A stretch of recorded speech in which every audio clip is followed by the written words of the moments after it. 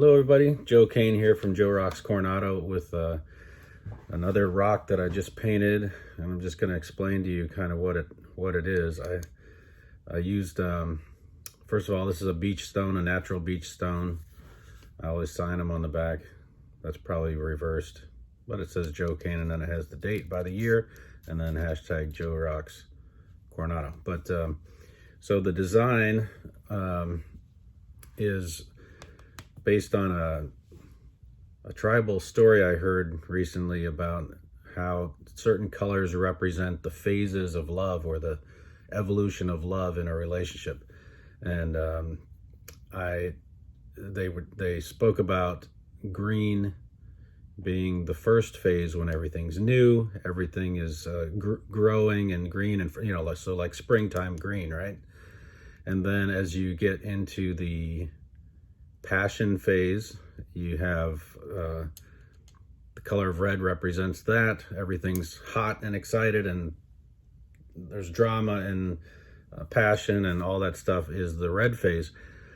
Then the third phase being gold, where family has come, you maybe have kids, you start to develop the feeling of love into more of this warm golden glow as you become even more, I guess, secure in the relationship, or the love matures over time, I guess is how they would say it. And I was thinking about what he said, and I thought that'd be cool if you could put it in, make it into some sort of a symbol. And I wasn't sure how to do it, so I made these feather-like arrangements because I'm thinking tribal stuff.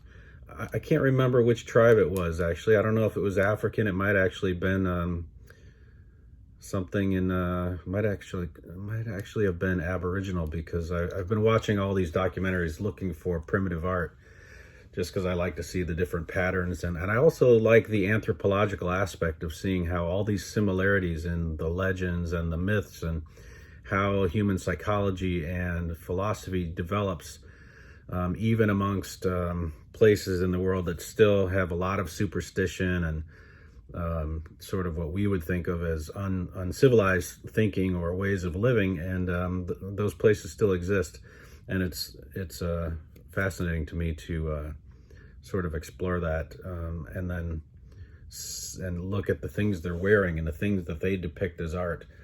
I don't think it's better than I certainly don't think it's better than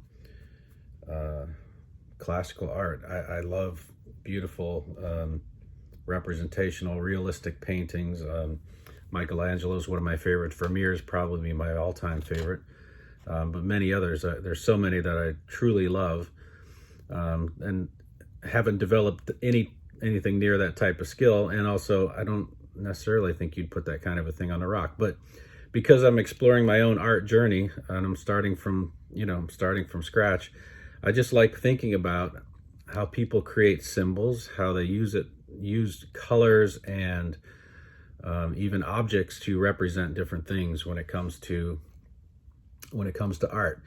So as I considered what I was hearing this tribal elder talk about, and the colors of love and the phases of love, I thought, well, I don't know that I don't know that he's maybe getting at the full, what I would think is going to be the ideal form, because if you are simply existing in one of these phases, and here I'm getting more philosophical than I am saying anything about art itself, but what if you keep all these colors alive in the same bouquet of, well, if these are feathers, if they're leaves, I don't know. But I wrapped them up with a nice little thing here and a little metallic blue core at the bottom there, I guess, because I think that maybe all these colors can exist at the same time. You can still continue to grow and learn and expand your love. You can still keep the passion. Partly by doing this, you can keep the passion, and you can still have the maturity of love that sort of transcends the initial whatever